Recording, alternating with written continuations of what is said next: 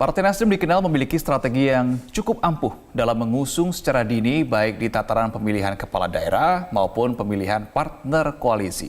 Hal serupa juga diterapkan Partai Nasdem 2 tahun jelang Pilpres 2024 ini, yakni akan mengumumkan lebih awal kandidat bakal calon presiden 2024 mendatang.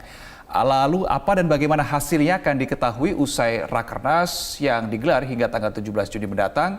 Kita akan diskusikan bersama dengan Ketua DPW Partai Nasdem Jawa Barat Saan Mustopa dan juga pengamat politik Gun Gun Herianto. Selamat pagi, salam sehat Kang Saan, salam sehat, selamat pagi Mas Gun Gun. Selamat pagi. Nah, coba saya ke Mas Gun Gun terlebih dahulu. Mas Gun Gun, seberapa besar potensi bisa muncul figur-figur baru di luar dari yang sudah muncul namanya di top 3 yang paling tinggi elektabilitasnya? Iya, kalau soal peluang untuk memunculkan figur sebenarnya kan masih terbuka karena ini kan masih sampai kurang lebih pertengahan atau mungkin bulan September 2023 itu proses kandidasi masih bisa mengonsolidasikan kekuatan partai politik dan figur sebenarnya.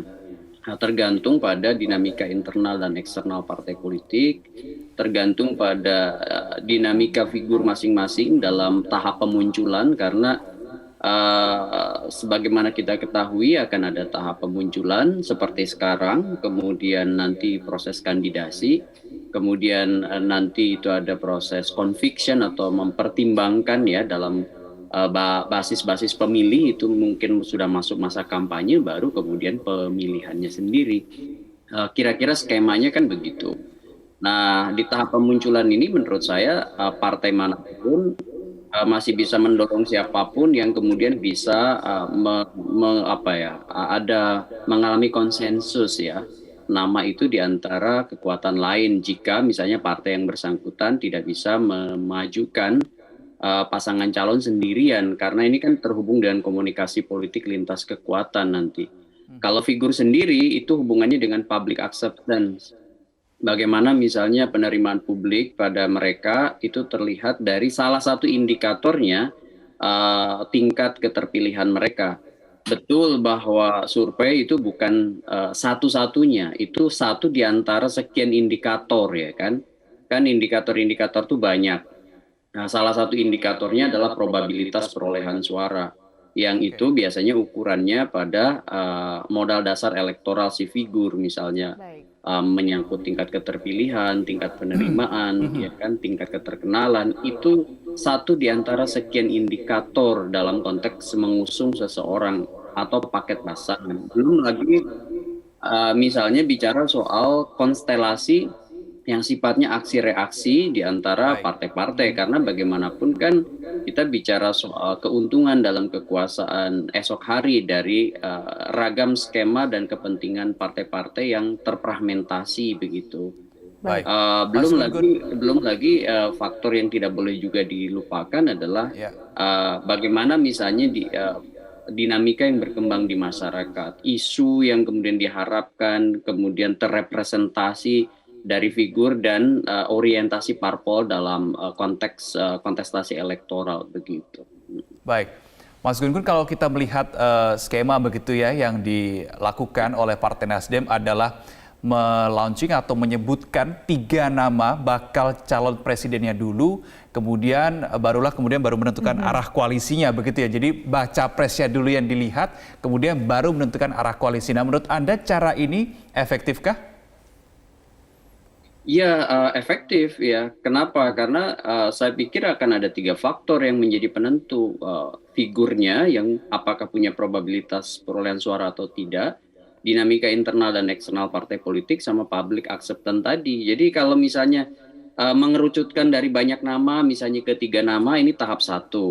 Sebut aja ini yang disebut dengan ZOPA strategi ya, Zone of Possible Agreement namanya. Jadi mengerucutkan sekian banyak nama untuk kemudian dibawa ke meja negosiasi tentu. Ya, kenapa? Karena Nasdem kan belum bisa memajukan sendirian ya dengan 9,05% ya 59 kursi itu belum bisa maju sendirian dan itu membutuhkan mitra koalisi sehingga tidak terburu-buru misalnya positioning pada satu nama artinya dengan 3 nama ini membuka ruang bagaimana misalnya respons dari kekuatan calon mitra. Dan tentu Jadi, Mas pertama yang Gun-gun, harus jadi tidak terburu-buru ya narasikan. Mas Gun-gun ya dalam menentukan siapa yang nantinya akan muncul dari hasil Rakernas ini ya Mas ya. Kalau menurut pengamatan dari Mas Gun-gun, dari pemetaan partai politik sampai dengan hari ini yang sudah punya koalisi ataupun yang belum, nah dengan siapa Partai Nasdem bisa mungkin berpotensi untuk lebih sesuai baik dari spirit Partai Nasdem kemudian juga dukungannya begitu ya Reno ya? Ya kalau melihat konfigurasi yang ada kan poros itu kan berpotensi memang jadi 3 kan. Poros pertama sebut aja PDI Perjuangan, entah itu nanti jadi berkoalisi dengan Partai Gerindra atau tidak, itu sudah melampaui prasyarat presidensial threshold. Kursi 20% kursi DPR itu kan 115 kursi. Jadi sudah 128 kursi sendiri PDI Perjuangan, kalau tambah Gerindra berarti jadi 206 kursi kan, itu udah bisa lah jadi satu paket. Kemudian Partai Nasdem bisa jadi game maker, ya, bisa juga jadi game changer, ya. Jadi menjadi pengatur ritme permainan, ya, dengan misalnya menyodorkan 3 nama hari ini adalah bagian dari menurut saya mendinamisasi konstelasi. Nanti apakah kemudian mengubah peta atau tidak, menurut saya akan sangat ditentukan juga oleh reaksi partai lain yang diajak bermitra. Saya melihat potensi Partai Nasdem bermitra itu ruang jelajahnya masih luas, bisa misalnya dengan Partai Demokrat, bisa dengan Partai Keadilan Sejahtera begitu, atau juga bisa dengan partai lain. Andai saja misalnya Partai Nasdem bisa berkoalisi, disebut aja misalnya dengan Partai Demokrat plus satu partai lain yang bisa melengkapi komposisi. Kalaupun misalnya dengan Demokrat dan PKS itu udah bisa jadi satu paket kan, ya. Seingat saya itu sudah melampaui 115 kursi itu, karena ada kurang lebih 163 kursi itu di situ, ya. Nah, dan paket ketiga menurut saya yang memungkinkan untuk jadi satu paket, ya tentu keberadaan misalnya partai lain, ya, seperti apakah misalnya di situ ada KIB kan, Koalisi Indonesia Bersatu, itu KIB kan udah 3 partai itu, ya, ada Golkar, ada PAN, ada P3, itu udah 148 kursi. Jadi dengan komposisi itu sebenarnya udah mulai kelihatan sih peta konsolidasi partai itu. Menurut saya KIB sudah jadi satu poros, dan PD Perjuangan sudah jadi satu poros. Nah, Nasdem sebaiknya memang mendinamisasi poros ketiga begitu, ya, dengan kekuatan politik yang ada sekarang 59 kursi, tinggal kemudian meyakinkan mitra untuk melengkapi paket partai dan gabungan partai politik melampaui threshold.